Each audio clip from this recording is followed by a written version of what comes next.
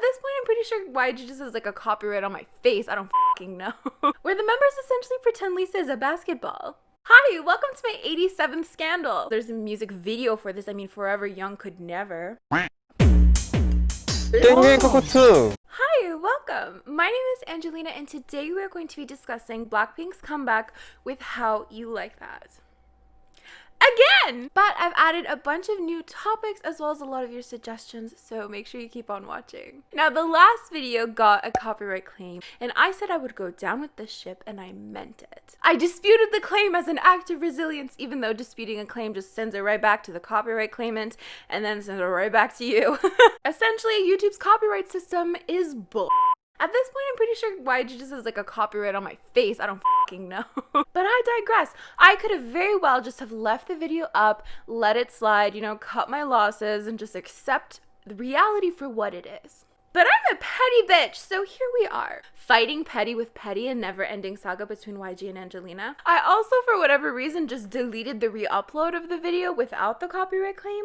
And, you know, I just figured I cannot possibly re-upload the same video a third time, so I thought I would just give you something new. So let's get started. Actually, I'm going to stop you right there because you better subscribe so you can be part of the exclusive bunch of people who are here before I inevitably go down in flames. And then have my mom take over my channel because she's not afraid of any of you.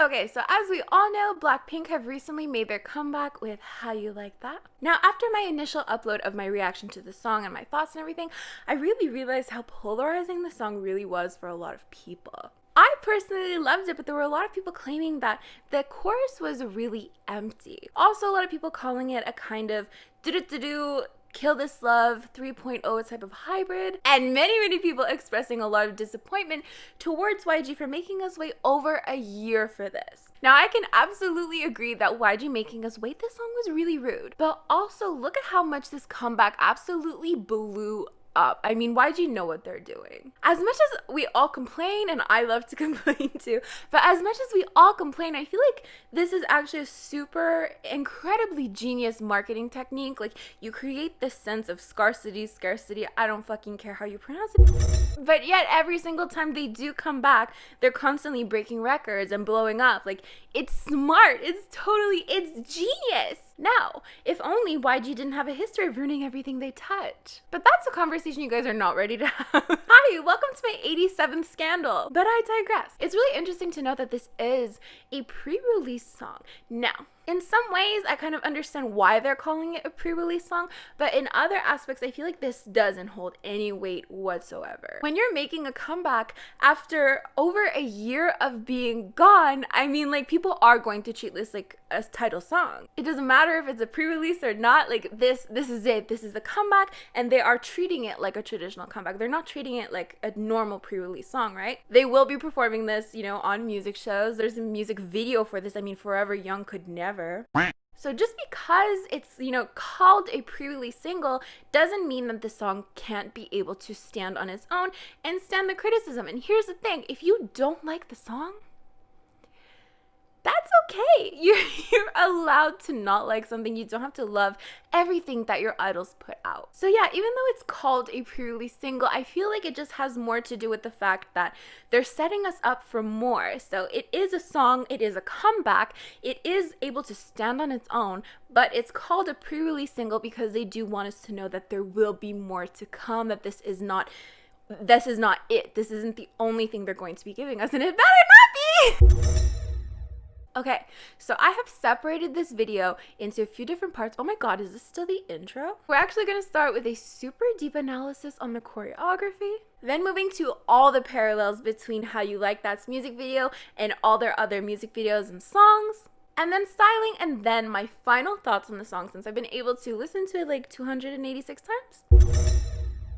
Okay, so let's start with the choreography. Now, I am not a choreographer. I dance, but like not professionally. But I am very annoyingly observant. So if you're into that kind of thing, I mean, hi, let's get into it. So for their previous songs, I felt like to an extent their choreography kind of maintained these kind of bubbly, bouncy elements. And they really established their own feel when it came to dances. So, they had a lot of butt chains, spilling some rosé on the floor. And to a certain degree, we still can very much see a lot of elements of familiarity within their new choreography with How You Like That.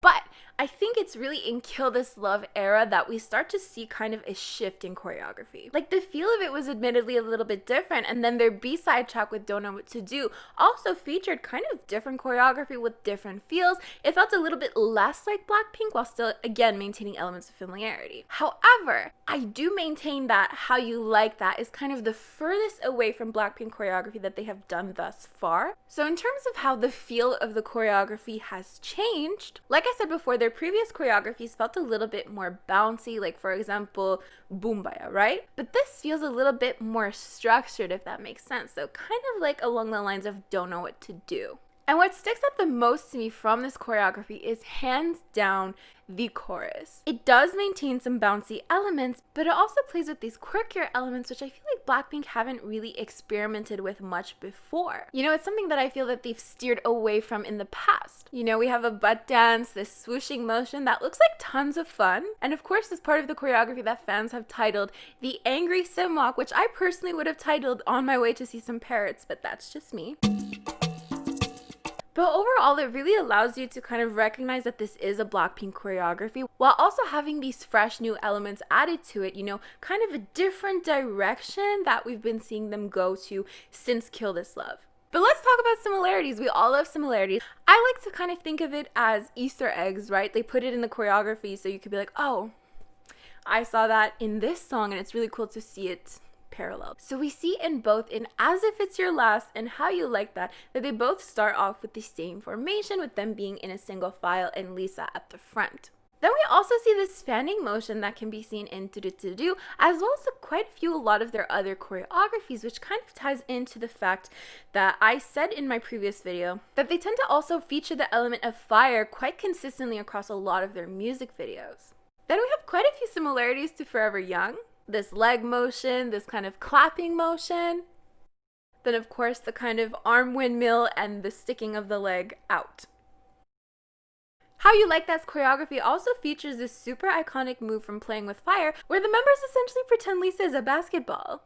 And then lastly, this fancy hand movement from Whistle. Now, if you notice any other similarities within their choreography for How You Like That and their previous choreographies, let me know in the comments down below. And though we do have some type of, train, it is not a butt train, so I'm ruling it out. However, even with these elements of familiarity, there are definitely a lot of elements that we have never seen before. In their show 24365, Jisoo had said that, for How You Like That, they're really going to show a stronger side to themselves, whereas previously they showed a more hip side. And I feel like that was kind of the perfect description of it. Because this choreography definitely packs a punch. It's definitely a lot stronger. I'm for sure noticing a lot more power within this choreography as compared to their other choreographies, which may again have been a little bit more hip.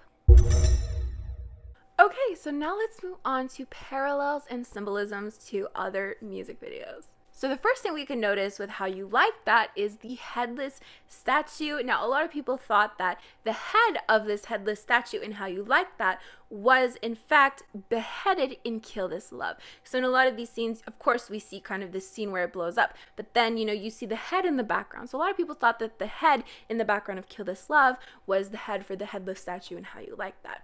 However, there were a lot of people pointing out that the statue in Kill This Love was Aphrodite, so a goddess of love, and, blowing up this goddess of love was very symbolic for Kill This Love because, this song is about killing love. But then a lot of people saying that the statue in How You Like That is actually of the god Nike? I don't I can't pronounce anything right. I don't know why you guys even try. It was the god of victory. So rather than thinking that, this head would fit on this statue, I think it's just kind of a fun little parallel that both music videos feature a statue with different meanings. So I think it just kind of represents resilience, especially as we see the members, each one of them stood in front of the statue, which makes it look like they themselves have wings. So another interesting thing to point out are the words written on Jisoo's skin. So initially I was a little bit confused.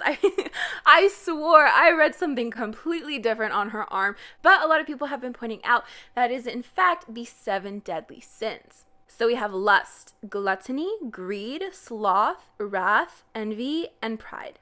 But this scene is really quite curious as well because her look is so similar to Jennie's look in Boombayah, though it is really unclear that there's actually any connection to the music video in that sense. Now from this scene we see a shining light and then it transitions into Rosé's scene. Oh sorry, I meant to say Rosé. So in her scene we see this POV style shot that is definitely parallel to playing with fire. You know, she has her hands up against the light to kind of protect her eyes. But in Playing with Fire, we see Jennie is covering her eyes, and then it opens up to a scene of Lisa. However, we know that these are Rosé's hands, Rosie's hands, because we saw in the behind the scenes that it was actually her hands in front of the camera. So lastly, in terms of paralleled scenes, we also have the infamous purple umbrellas. So in Ddu-du, we see that Jisoo is holding a purple umbrella, and it is kind of protecting her from sparks in the background. And then in How You Like That, we see Jennie is below a room full of umbrellas hanging from the ceiling, and they are also purple.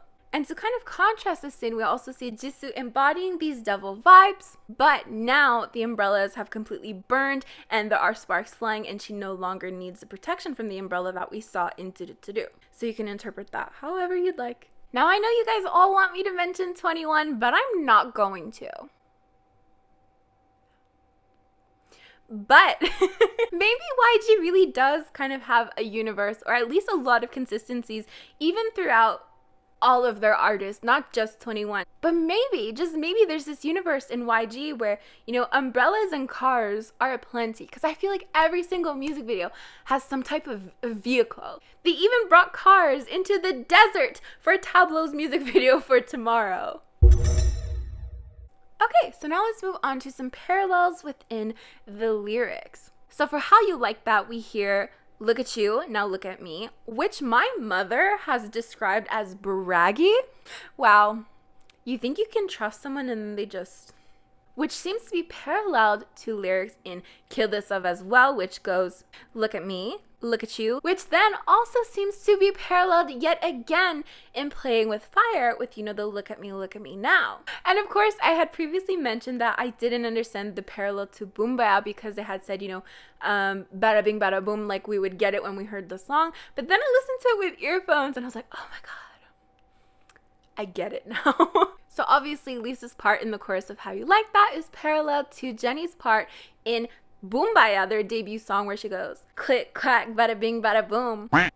And then lastly, of course, we have the Ddu-du lyric similarities. At the end of How You Like That, they also make reference to these lyrics, though it does sound a little bit different, but it's written Ddu-du, whatever. Okay, so let's talk about fashion, my favorite thing. So in my last video I didn't mention their hanbok. So if you didn't know, I'm not I'm not like a person to educate on this stuff, but like if you Google it, they're gonna tell you that it's traditional Korean attire. But it's kind of like a modernized version of this because they tend to be like a lot longer. So the modernization of the hanbok is not new, but I've personally never seen it done in this way, and I think this is so stunning. And I actually saw a few people point to online that Lisa's skirt is actually inspired by a traditional Thai skirt. So if that's true, that is such like a perfect little touch to her outfit. But yeah, I do think these outfits look absolutely stunning, so beautiful. It really wasn't what I was expecting for How You Like That, but somehow it just fits. And we've also recently seen that, you know, YG's head stylist has left the company, and that she left the company before Blackpink's comeback. So I asked you guys if you noticed the styling change, and a lot of people were saying that the group feels a lot more like a group now. Like there's a lot less favoritism maybe. I mean, Lisa's cowboy boots say hi, but that's besides the point. One of my favorite sets of outfits are definitely these white winter-esque outfits, and I don't know how to point my finger, I don't know how to put my finger on it, but for some reason it kind of gives me these video game vibes, like these old school video game vibes, as if they're just gonna slide off into oblivion. I feel like the only complaint that I have, aside from, you know, the denim, and aside from, you know, the cowboy boots, is black and pink hair. Yeah, I know, it's really ironic that I like Blackpink and I don't like the colors black and pink together, and yet it's the aesthetic of my background and my profile picture. Let's call it all out while we're here. Okay, so now we're gonna end off with my thoughts on this song. Now, a lot of people saying that the chorus sounds empty and that it's a Kill This Love 2.0, and that I'm a hypocrite if I don't think that it sounds like it's Kill This Love 2.0. Here's the thing, I didn't vibe with Kill This Love. It wasn't really my cup of tea, and I personally feel that the chorus for Kill This Love was a lot more empty than How You Like That. You know, it had such a huge build up, and then when the beat dropped, it was kind of anticlimactic and a lot emptier. But for How You Like That, I feel like it just flowed very well throughout the song. I don't know, maybe it's because I haven't heard Kill This Love in like a year. That's how long it's been. Okay, I respect if you think it's a Kill This Love 3.0. I would say maybe Kill This Love 2.5, right? Like, it kind of, I understand the similarities, but I don't feel like it goes there. Do you know what I mean?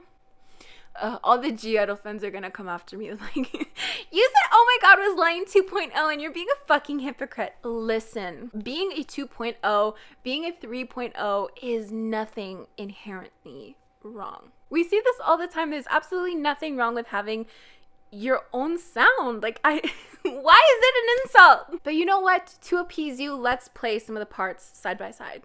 So this is How You Like That. Okay. And this is Kill This Love. Well, I'll be damned. It's the same thing. So yeah, that is basically it for this video. Thank you so much if you made it this far. And since you made it this far, don't forget that you can support my channel in fun little ways, like liking this video, commenting on this video, or sharing it with friends you don't have. Also, a huge thank you to my channel members who support me every single month. You can also join my channel memberships. Just click on the little join button next to the subscribe button, and you can, why do I pronounce button different ways? Button. I know what this is called in linguistics, I just can't remember. Button. Is that a glottal stop? Button. Water. Button. Hawaii. Is that a glottal stop? I don't I don't know. There's a word for it. If you're in linguistics, let me know what button. It's a glottal, no. Button. I'm gonna do this all day. I should stop. Anyways, I'm gonna get going. Thank you again for watching. I will see you guys next time.